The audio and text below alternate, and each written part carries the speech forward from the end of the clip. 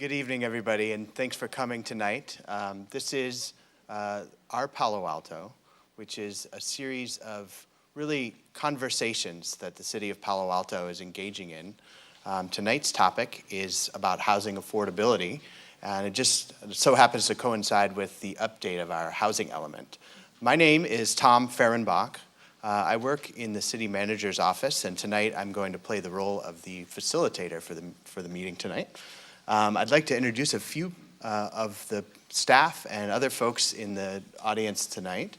And then we have a really great program for you. We have two very interesting speakers for you.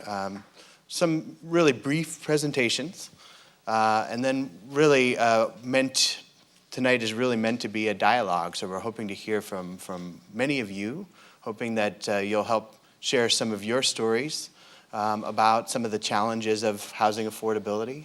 And we're also hoping maybe we can talk about some of the solutions that a small city like ours can manage in this very difficult and challenging regional issue. Thank you all very much. So first, I wanted to thank the City of Palo Alto for inviting me to come out today. It's really an honor. My name is Benna, and I work for the Silicon Valley Leadership Group. And for those of you who aren't familiar with the Leadership Group, we are a nonprofit public policy trade association, and we represent more than 380 companies here in Silicon Valley. All the big companies that you can think of, like HP and Intel and Google and Facebook, are our members. And we work on their behalf on various public policy issues. So this organization was founded in the late 70s by David Packard of Hewlett-Packard. And it was really his goal at the time to get his fellow CEOs involved in some of the public policy challenges here in the Valley. So we try to get our member companies more actively involved in some of these public policy challenges. And since we were founded in the 70s, housing has always been a key challenge for the leadership group. And why is that? So every year we survey our CEOs and ask them what are some of the top business challenges for them. And housing every year is the #1 vote getter. So this year it was 72% of our CEOs said the housing costs for employees were the top business challenge for them. And they let us know that it's really hard for them to recruit and retain the world-class workforce that they need to work in their companies when the housing prices here are so high. It's really a supply and demand issue. When you don't have a lot of homes out there in the supply, then the prices are very expensive. And to drill down a little bit more on Palo Alto specifically, as I mentioned, the median sales price in Palo Alto is 1.8. And the approximate annual income necessary to purchase this median price home is $375,000 a year. And this is compared to the median family income of Palo Alto, Tim will correct me if I'm wrong, of $164,000. So you see there's even a gap there. What this actually means for the community. In Palo Alto, there is a variety of different kinds of people who work here, from software developers to nurses, to teachers, to the people who bag our groceries at Safeway. This chart shows their average salaries compared to what might be affordable for them for housing. And you can see that for most of these categories, they don't make enough money to even qualify for an average rent in the city of Palo Alto.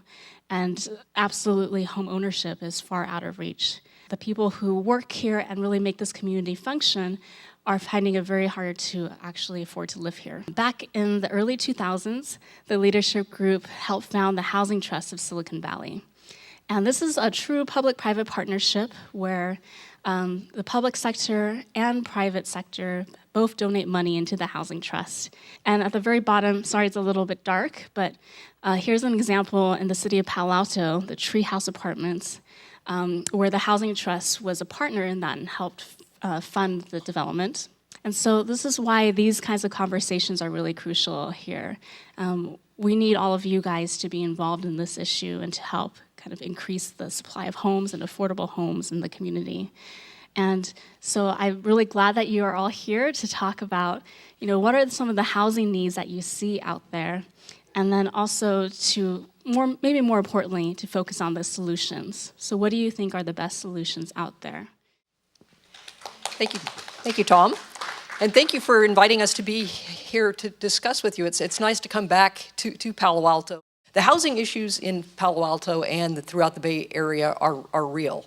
And I think you all feel it deeply, and that's why you're here this evening to discuss this. And so what I'd like to do is to talk about the initiative that the city has going on currently as part of its comprehensive planning program to address housing in a very comprehensive manner that looks at what the city's housing needs are, not just for housing production, new housing, but for preserving neighborhoods, for ensuring that everybody has equal access to housing.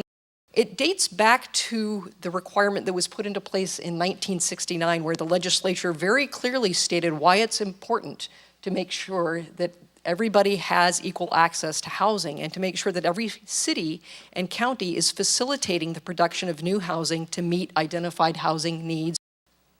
This is the only part of the comprehensive plan that does require state overview in terms of certification. And you are required to show that your element in the city's housing policy complies with state law.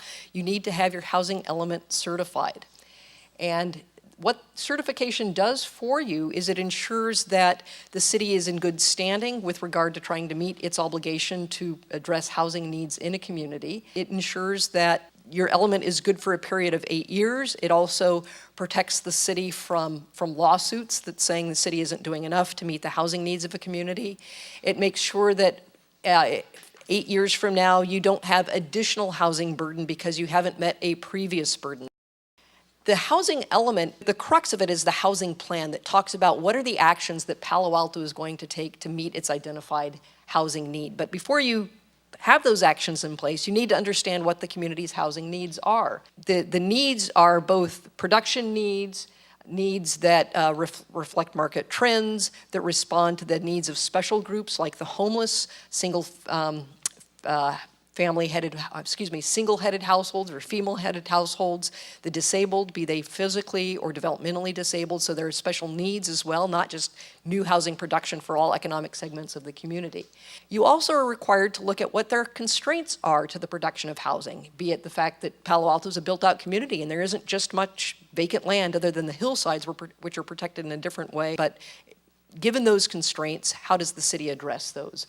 What are the market constraints? Benno went very clearly through the fact that market constraints are that it's darn difficult to buy a house here because of the cost of housing.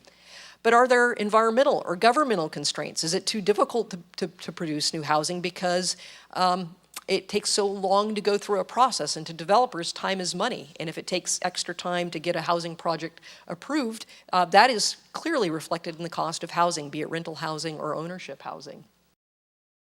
Cities are required as part of the housing element to show what progress it's made. It's not just about making promises for the next 8 years, but showing how you've fulfilled the promises that have been made 8 years prior.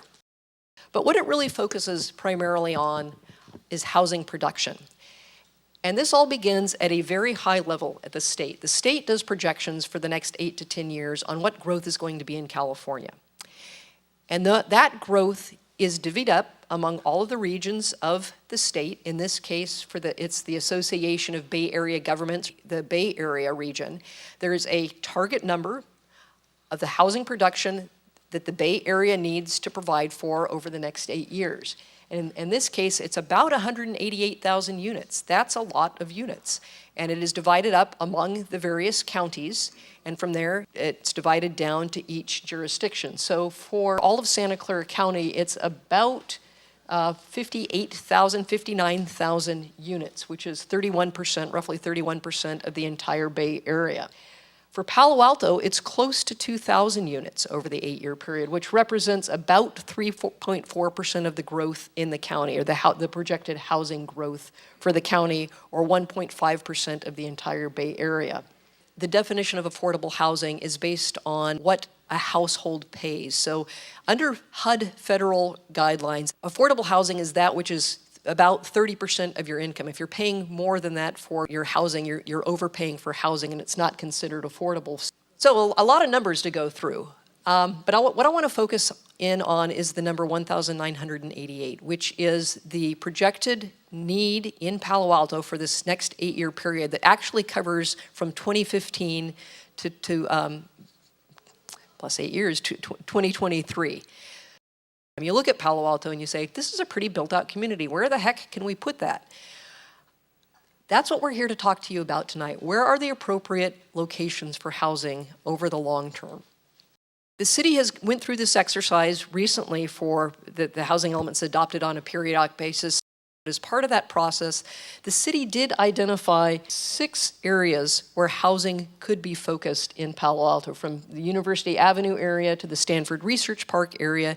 And you look at those and you think, again, where would you put housing in those areas? Any new housing would occur on sites that are considered underutilized, meaning they're not built to their full potential, or they're vacant, and there aren't that many vacant properties. And so the focus would be on properties where you might have seas of parking and buildings that only take up a small portion of the lot, but there is potential to do new forms of development, mixed-use housing, or housing that has parking structures or underground parking.